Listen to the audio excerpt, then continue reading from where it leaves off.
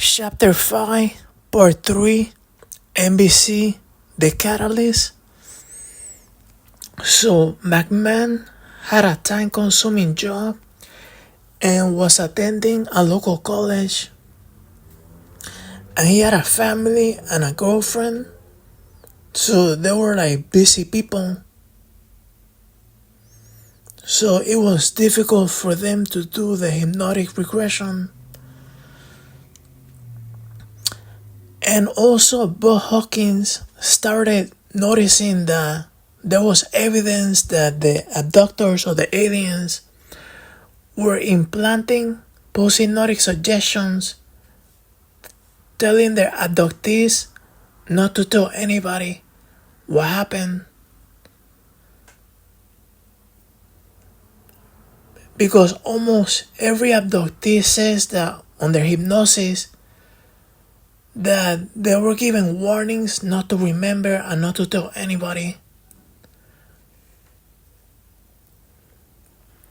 And also, like, most abductees, like, they're not sure if they want to know. Like, they're curious, but they want to self-protect because they don't want to remember something very traumatic. So there's a balance between wanting to know and needing to forget.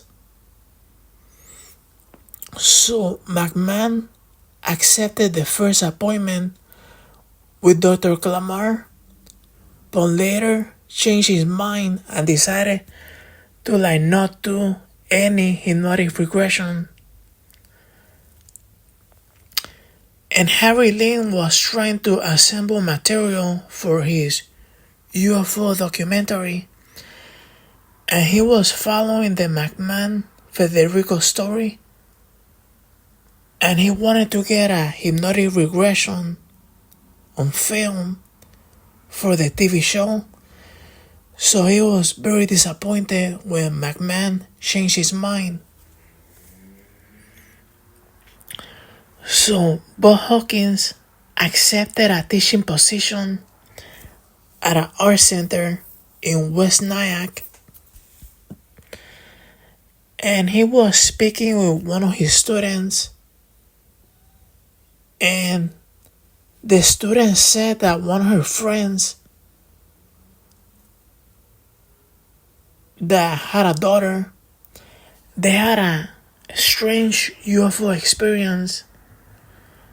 The mother, Miss Bennett, was an astronomy person, and she liked to sleep outside occasionally with one of her daughters to look at the summer sky.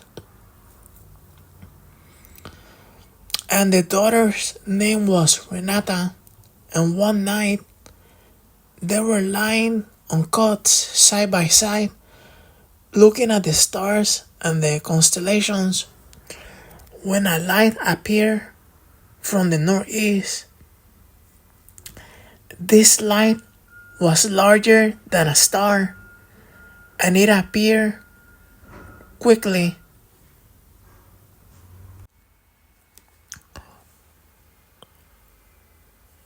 When the light was directly overhead and very high, it stopped, and a very bright beam of light shone down and illuminated the woman and the surrounding area. So when Miss Bennett was telling this, it was in front of Harry Lynn and the camera crew for the TV show. Then Budd Hopkins interviewed the Bennetts, and this happened 13 years ago. 13 years before. And Renata is married and lives in New Jersey. So Budd Hopkins spoke to each woman separately. After their encounter, they rushed into the house to tell the rest of the family what they had seen. And they made drawings of the UFO. And there was something interesting. There were differences in what each person experienced.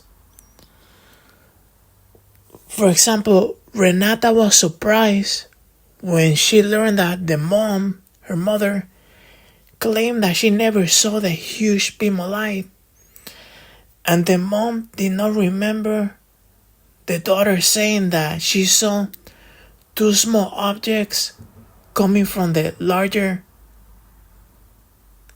object fly off in different locations.